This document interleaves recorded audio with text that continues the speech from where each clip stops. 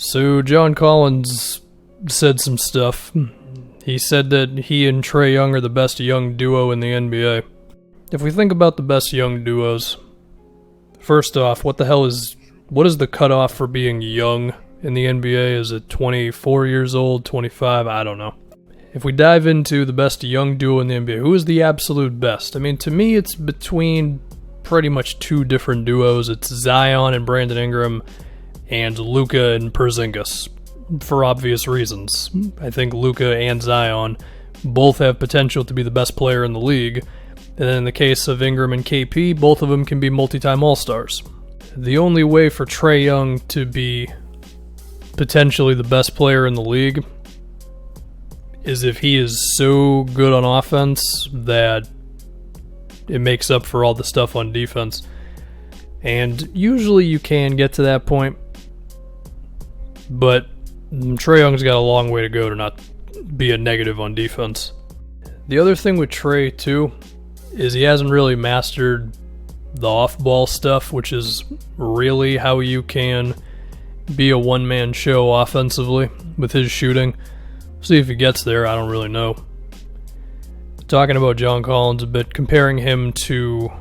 We'll get into other young duos besides Zion and Luka's guys. But comparing John Collins to Brandon Ingram and Porzingis, I mean, I feel like Ingram and Porzingis have higher ceilings than John Collins. Now, even with that being said, I mean, John Collins is a very interesting player in the sense of the numbers would suggest he's really good. I mean, he averaged, 21 a game on 60-something% true shooting. He's got some post skills, some off-the-dribble stuff. His threes have gotten a little better. And even with that being said, there is something that still kind of holds me back from liking Collins to the level I would like an Ingram or a KP. I think with Porzingis, it's that I just think his shooting is such a matchup nightmare for other teams. I know Porzingis wasn't amazing the whole year, but, coming back from an ACL, I think moving forward will be fine. And then in the case of Ingram, I just think Collins is never going to be able to match his, shot-making ISO stuff just out of nowhere. So, yeah, I think those two duos are certainly better. Especially when I start considering the defense. I mean, Porzingis, once he's all the way back healthy, I think he can be a really good defender. We saw it a little bit with the Knicks. And then in the case of the Pelicans, I mean, Ingram has shown some stuff on defense. I think Zion has potential to be a really good defender. We'll have to see if he gets the mental side of defense down. So, yeah, I do not agree with John Collins and him and Trae Young being the best young duo in the league. If we talk about some other duos, let's bring up my Boston Celtics, Jalen Brown and Jayson Tatum. You want to talk about defense? I mean, how about two versatile, athletic wings who play hard as hell on that side of the floor? And Jayson Tatum probably already has a case for third-team defense on the forward spots. Whether he actually gets it or not, I don't know. But when I compare that towards a duo that has Trae Young, I mean, defensively, that's a different stratosphere.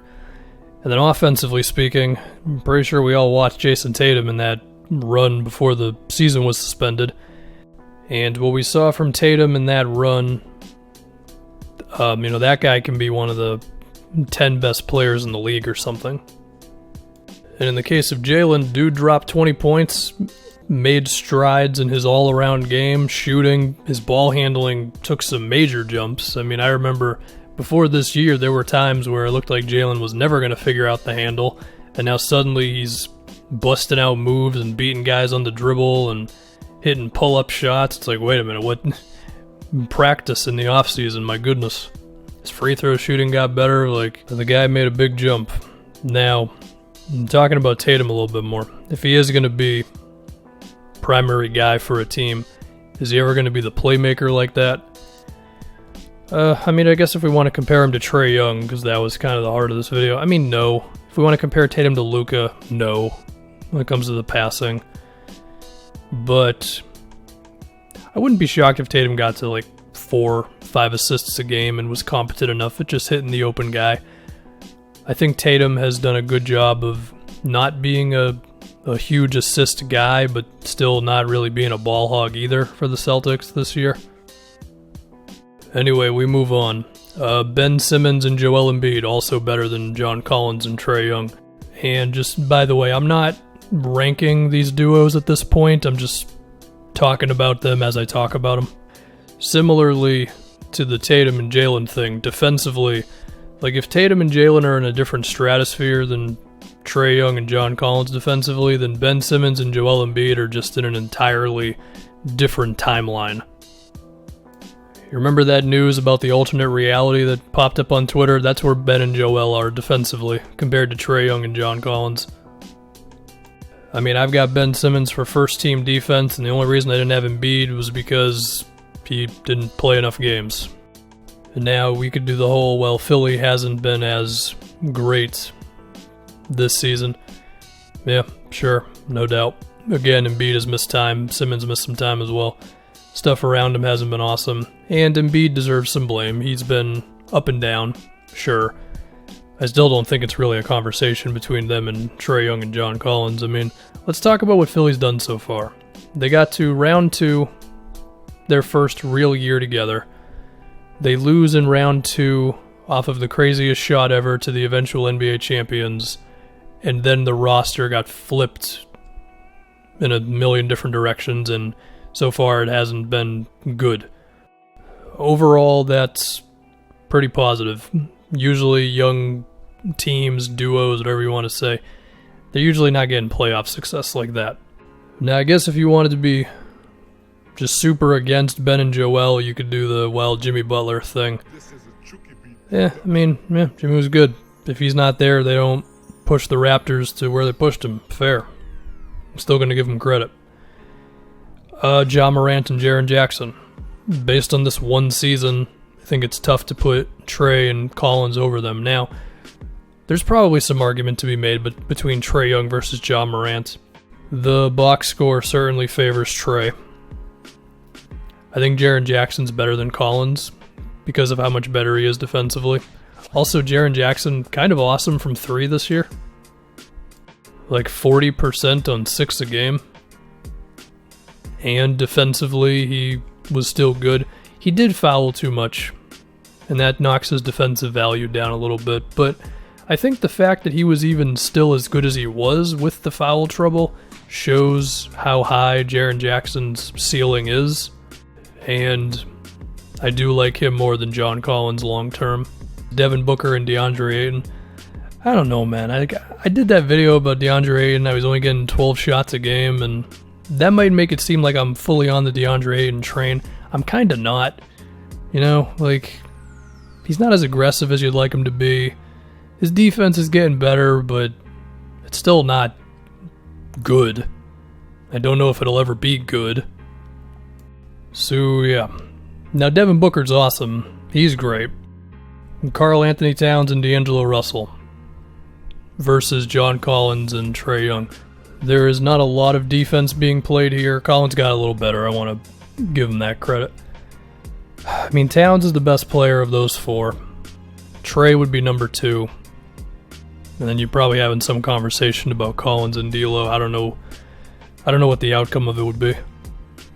I think that one is arguable, and I don't really know which side I would end up on. Jokic, and it would have to be Murray up to this point. Gary Harris has kind of tapered off, and I mean, we'd love to see MPJ get in the minutes, but it hasn't really happened so far. So Jokic and Jamal Murray versus Trae Young and John Collins.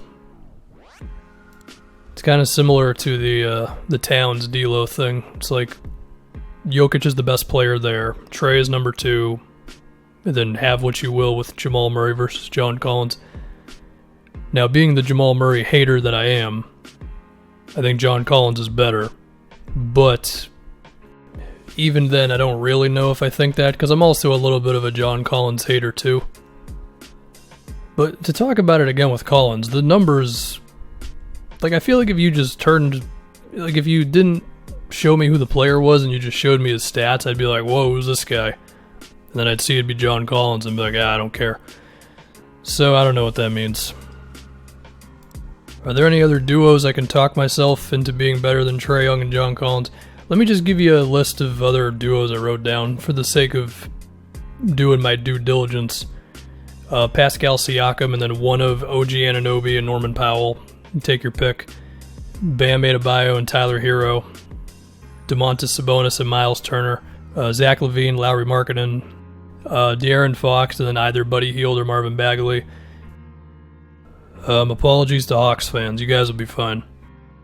So to me, there's like 5 duos that are definitely better than John Collins and Trae Young. And there's another few where you could get in the trenches and have a good old internet fight about it, and depending on who got more likes on Twitter, that'd be the winner.